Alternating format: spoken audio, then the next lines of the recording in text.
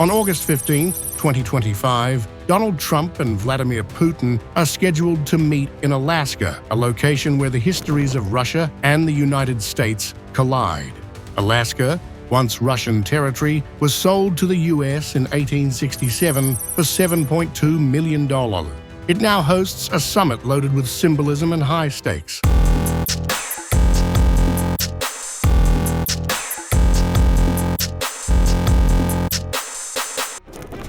This marks their second formal summit after Helsinki 2018. Remember when Trump controversially sided with Putin over US intelligence?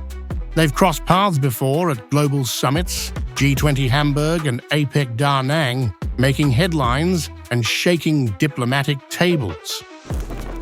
This time, Trump channels World War II-style realpolitik, territorial swaps and power plays reminiscent of a dark past. For Putin, it's a chance to shake off isolation and pry open cracks within the Western alliance. History warns us, appeasing aggressive powers by redrawing borders led to catastrophe in Munich 1938 and Yalta 1945.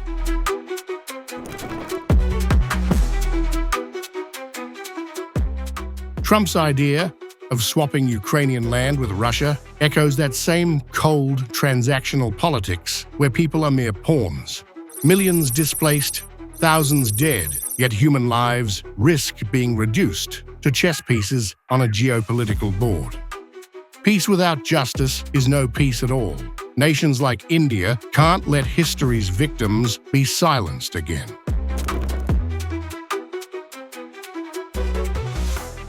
Ironically, Ukraine, the core of this conflict, is excluded from these talks.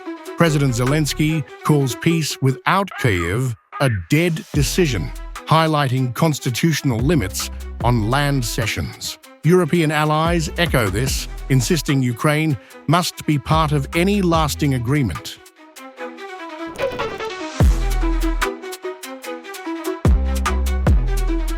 Yet, Trump agrees to exclude Ukraine and sidelines Europe's growing support for Kyiv. This summit risks pushing a ceasefire and territorial rearrangement imposed without Ukraine's say, a recipe for trouble. Even if Zelensky attends on the sidelines, the core idea of territorial swaps still clashes with Ukraine's laws. Or maybe the summit ends unresolved. Trump claims victory, Putin gains the spotlight, and Ukraine braces for more conflict. In that case, allies like India and Europe can uphold sovereignty, limiting outcomes to non-binding promises. India walks a tightrope, balancing close ties with Russia and growing engagement with the US. India welcomes the summit as a hopeful sign amid global tension, echoing Modi's call.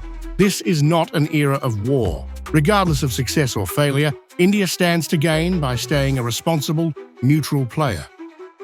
PM Modi urges both sides toward dialogue while offering humanitarian aid to Ukrainians caught in the crossfire. This commitment to peace and sovereignty positions India as a potential mediator in the future. If Ukraine joins talks down the line, India can act as an impartial broker pushing for inclusive solutions.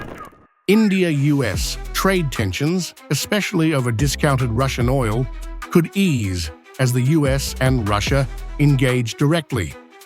If the summit freezes Russian-held Donbass without Ukraine, India's energy needs might face less criticism. That would boost Putin ahead of his India visit this year and strengthen Indo-Russian ties further. Some in the US believe India could help Trump end the war, deepening Indo-US relations. But the summit will likely be symbolic, heavy on talk, and light on concrete change. It might avoid repeating WWII mistakes, but won't necessarily move peace forward with respect to Ukraine's rights. India must keep guarding against Munich and Yalta's errors, where deals without all voices led to injustice. History shows peace without inclusive talks risks sealing unfair outcomes. India's neutral but proactive global stance will earn respect as it pushes for peace, honoring sovereignty and integrity.